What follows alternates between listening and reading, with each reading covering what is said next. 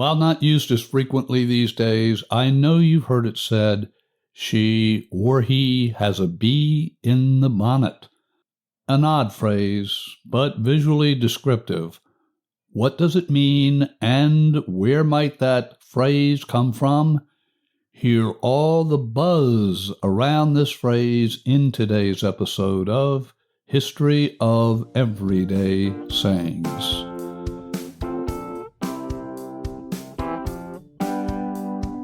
Your host here, Stephen Carter, and I welcome you to this episode of History of Everyday Sayings.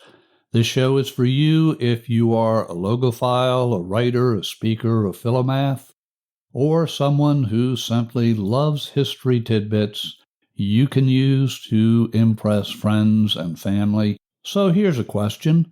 Do you have a bee in your bonnet? If so, is that a good thing, or is it something to avoid?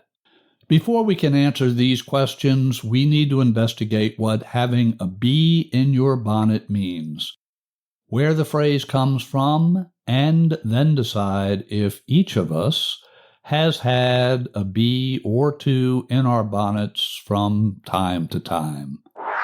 Steve Carter, your host, with a quick interruption. As I was editing this, preparing for publication, it occurred to me not everyone may know what a bonnet is. A bonnet is a hat, and back in the 1600s, that term referred to male hats and female hats. So with that additional information, back to the show. You'll find all the references for the information we explore in this episode. I'll have those references linked up in the show notes. Let's begin with what the phrase means and then discover the centuries-old source of this odd saying. For the meaning, we go to the Free Dictionary at idioms.thefreedictionary.com, and they tell us if you have a bee in your bonnet about a subject, you feel very strongly about it and keep talking about it. The expression suggests that those who hear someone rattle on about a subject, well, they're not really interested, nearly as interested as the person with the bee in his or her bonnet. The expression is considered old-fashioned in American English, but I think we have all heard the phrase used from time to time. Where does the phrase come from? The QBP Encyclopedia of Word and Phrase Origins tells us the probable source is a poem by Robert Herrick published in 1648, entitled Mad Maid's Song. The relevant lines of that poem read, quote, "Ah, woe is me, woe is me. Alack and well a day, for pity, sir, find out that bee which bore my love away. I'll seek him in your bonnet brave, I'll seek him in your eyes." Close quote.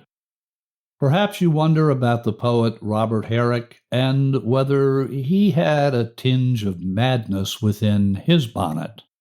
Robert Herrick was born in London, England in 1591.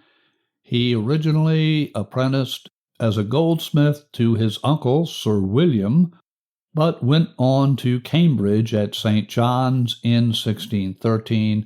He was ordained at Peterborough in 1623 and became chaplain to the Duke of Buckingham a few years later. Hesperides is the title of a collection of 1,200 lyrical poems he published in 1648, and that remained his magnum opus.